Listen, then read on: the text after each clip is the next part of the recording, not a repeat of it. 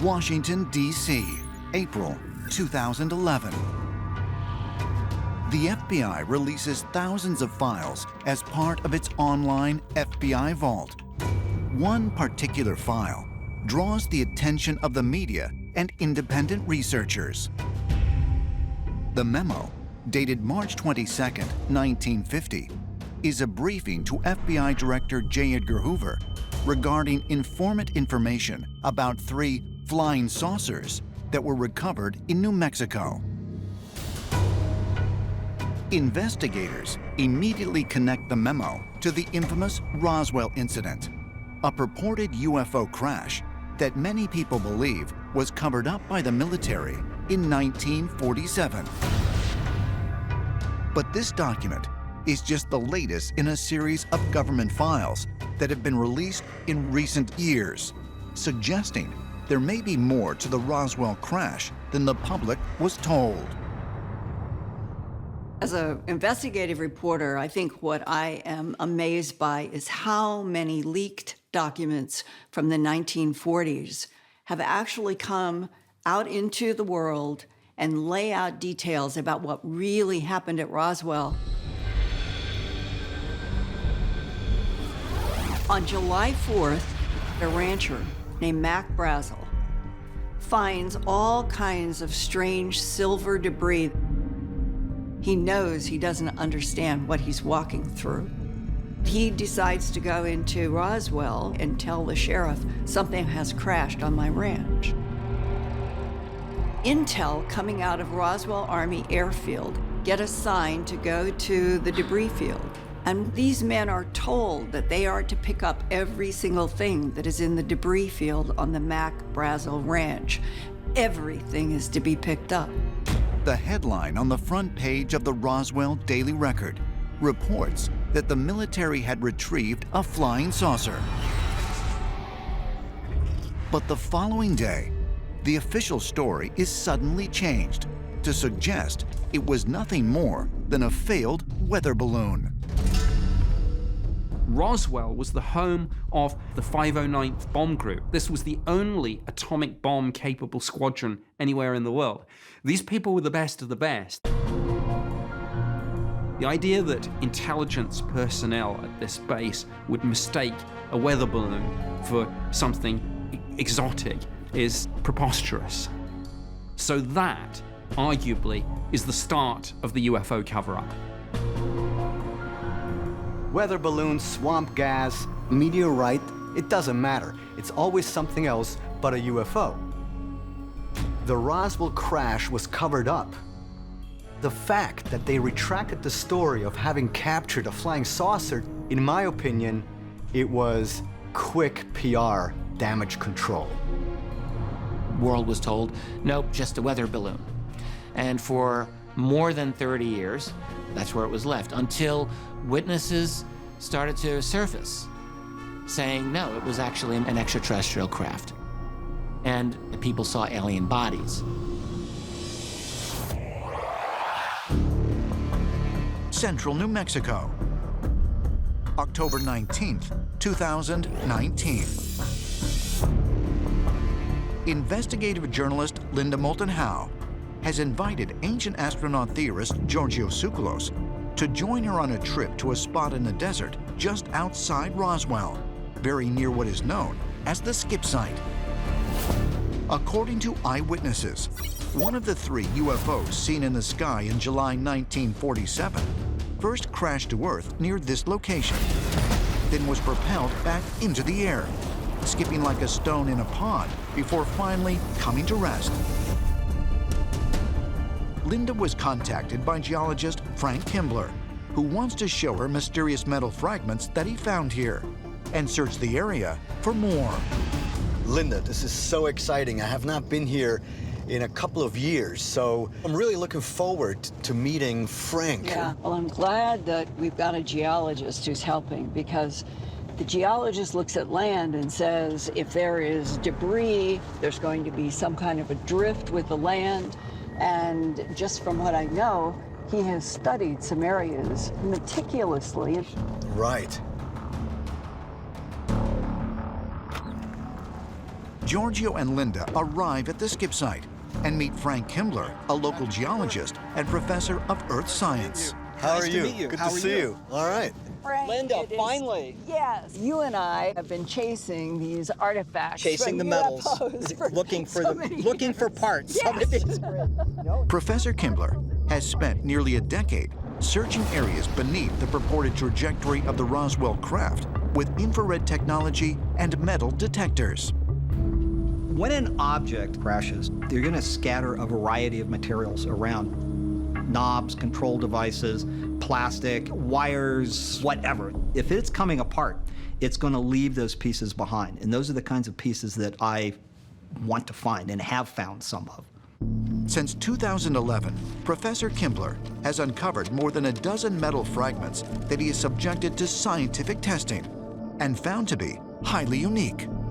That's what we want to go out there and see where Yeah, I you've been can't getting wait. this. Frank, Yeah.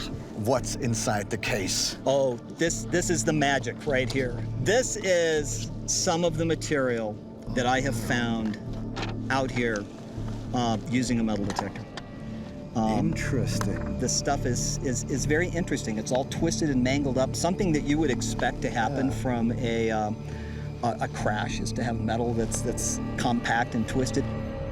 When Professor Kimbler laid out his box of his pieces of metal, the first thing that struck me is these were tiny, tiny, tiny fragments. Could they possibly be from wreckage? These pieces are small, which is things that the government would have missed. They wouldn't have been able to Yeah, find it. and here's my magic. Let's get a comparison here. Oh, This- look at that. Look at that. Look at, it's like a snowfield. After all these years, all of the pieces, they look absolutely pristine. That's the magnesium zinc side. This has got layers to it. That's amazing. It's But I bet you've never seen anything like this. Being an earth scientist, being a geologist, I've seen lots of all kinds of materials that are out there. I have never, ever seen anything like this. This fragment that Linda is showing me, that stuff is absolutely amazing.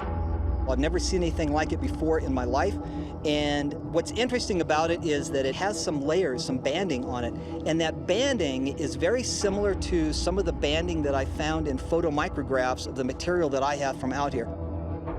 I think as That is an Giorgio envelope. is holding this, he's holding something made by another intelligence from someplace we don't understand, and this is truly extraterrestrial.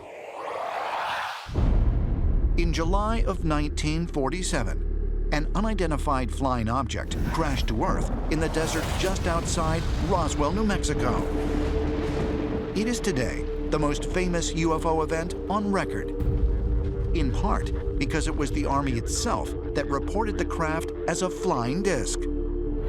July 8th and 9th, the newspaper headlines: Army captures flying disc outside of Roswell. How did the newspaper get that story? Walter Haut. He was the official public information officer at the Roswell 509th, who gave the story to the newspaper. But the military quickly walked back its story. Within days, the mysterious Roswell UFO was given an earthly origin, when the government claimed that the downed craft was merely a weather balloon. They changed it and said it was a weather balloon and everything else. They said they took it to Wright-Patterson Air Force Base in Ohio. When you really think about this, why on earth would anyone send any kind of weather balloon to Wright Field for technical analysis? None of that makes any sense whatsoever, unless that material was much more exotic and much more scientifically interesting than just a mere balloon. When you look at the whole Roswell incident, it seems to be a recovery that was very much a scramble, an ad hoc thing. And in fact, witnesses had been to the crash site before the military got there. So in the chaos of trying to clean up this crash site, you have to wonder that whether they would really get it all. Where would this material actually go?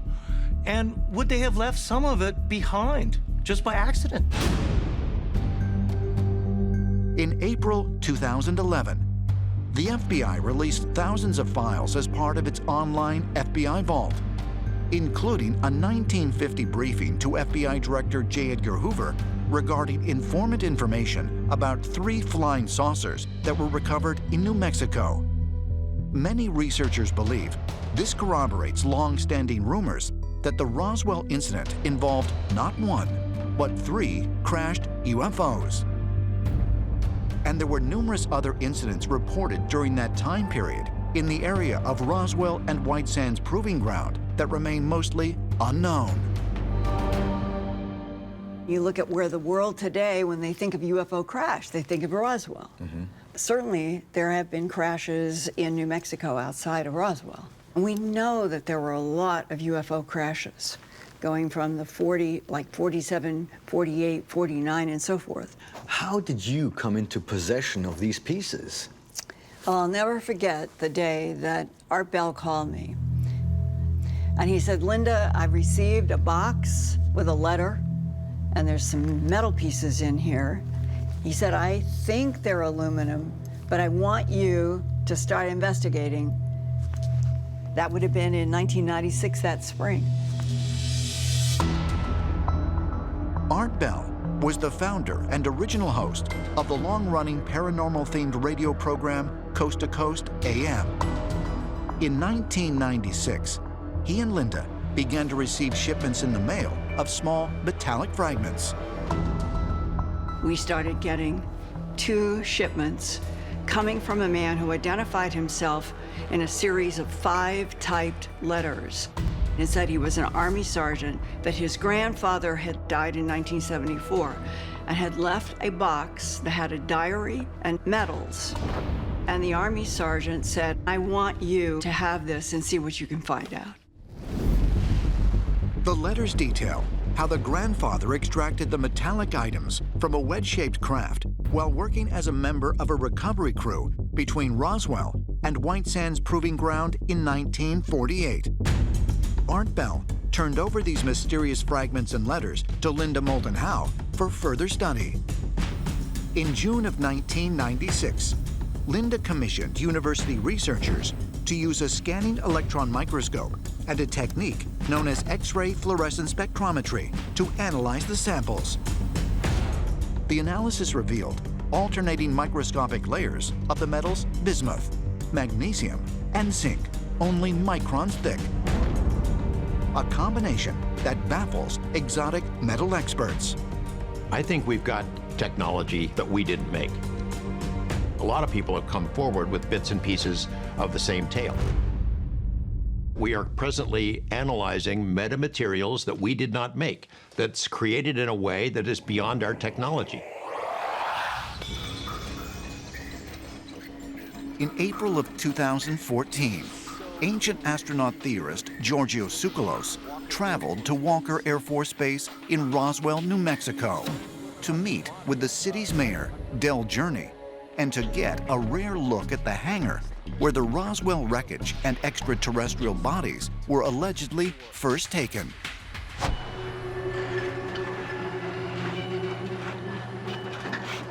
Wow. This is huge. So what do you think? Man, I have goosebumps right now. I mean, we're walking on history. It's amazing, isn't it? And are you familiar where the spot is, where they actually Well, put 'em? you know, the information that I have says that it's probably right over here in the corner. They took them over there, did an examination of the bodies. So this is where it was. This is it. Yeah, come on in. They have the debris out here in the hangar area, and they bring the bodies inside this room. I really don't know what to say, because, I mean, if this was it. You're standing where, Yeah. where extraterrestrial beings Might have been. Where did the debris go? Where did it end up?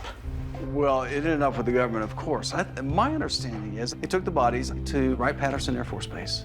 Certainly probably took the debris as well and have it well preserved in a military installation someplace. Roswell researchers suggest a government-sanctioned bond of secrecy has prevented witnesses of the crash and retrieval from coming forward publicly. But many did choose to come forward later in life, including the first military officer to arrive at the Roswell crash site, Major Jesse Marcel. According to his grandson, Marcel privately shared many details of his experience with the family. My grandfather, Major Jesse Marcel, he was head of intelligence for the 509th Bombing Group. As a kid, basically around the dinner table, we talked about Roswell. And through conversations, we learned that my grandfather was the lead investigator into what has become known as the Roswell incident. And when he was looking at debris, he couldn't make heads or tails or any sense out of what he was looking at. He had gathered some of the debris and decided to take it home with him. He kind of came to this idea that he said, you know, whatever this stuff is, it's very significant. It's going to change humanity. And I want my family to be part of it. This is very important. According to the family's story, Major Marcel came home after his first visit to the site and laid the debris out on the floor of their kitchen. Some of the material was a strange, thin metal, similar to foil, except when crumpled up into a ball, it would bounce back to its flawless state. Marcel also claims the metal was not the same material featured in newspaper photographs being held by his grandfather. There's a pretty famous picture of him holding a piece of debris, which is just a piece of foil, basically, and it was weather balloon material. He begrudgingly went along with the story, held it. And if you take a look at that, you'll notice that he's not looking at the camera. He's looking up somebody barking him orders. He fell in line begrudgingly and did what he was supposed to do.